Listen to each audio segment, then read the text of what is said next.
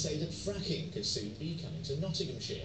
Frack-free knots joined protesters in Lancashire yesterday, where a bid to start the first fracking operation in the UK in 4 years is being considered. Energy companies are exploring parts of North Notts for sites to carry out the controversial process, which involves extracting gas from rock to create energy. Well, Davey from Frack-free Knots is here now, along with Sally Gill, Planning Manager for Nottinghamshire County Council. Welcome to both of you. Sally, first of all, just tell me about the practicalities of how companies go about applying to fracking knots. Firstly, they need to make a planning application, and the planning application for shale gas extraction is just no different from any other planning application that the County Council might receive as a Minerals and Waste Planning Authority. There are several planning stages that the company would have to go through. The first stage would need to be an application to explore for shale gas, first of all to check whether there is any gas down underground. Then the next stage, which can be a separate planning application, is to appraise how much is down there and whether it's viable to extract commercially. And then the third planning application would be to extract it. So there are several stages, and as yet we haven't had a planning application for the first stage, although we are dealing with a scoping request, which is part of the formal process. Very briefly, the County Council then supports fracking as a process?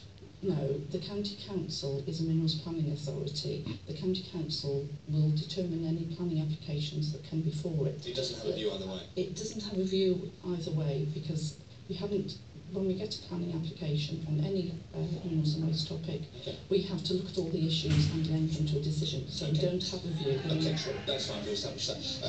In the United States in the last 10 years, over 1 million jobs have been created, Brian, as a result of the fracking industry. Surely that's something we'd like to see in the UK too. Who says? The IHS Global Insights and the Wood Mackenzie report.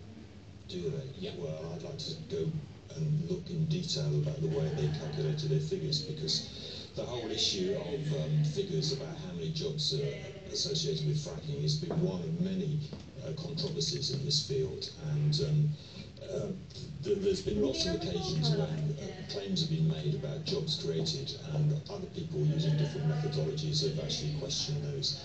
And very often, what these calculations do is that they neglect to look, for example, at the jobs that are destroyed by fracking. For example, people, when I was in Lancashire yesterday, were very concerned because they're in an area which is associated with holidays. If you turn a holiday area into an industrial zone, they'll probably lose their jobs. So there's all sorts of issues of methodology here, and I'm sorry, I don't buy that. The balance of those reports is that more jobs were created than were lost, but if you don't buy the premise of the report, then we get back to that about for ages. Let's talk about energy costs, though, with the time that remains, because, again, using North America as a model, the energy costs for households have come down as a result of fracking. That's, again, been reported upon from various different sources. Isn't that something we'd like to see here? The energy costs have come down in the United States, and as a result of that, the industry is losing a lot of money. So the real issue here is whether that will continue. What may happen, what seems likely to happen, a lot of people think is going to happen, is that the large number of the companies in the industry are going to go bust, rather like the subprime mortgage boom, and take part of the financial sector with them. So there's a real issue about whether actually what's happening in the United States is a bubble that's about to burst. So I think that the issue of prices is an issue of how long that's going to last.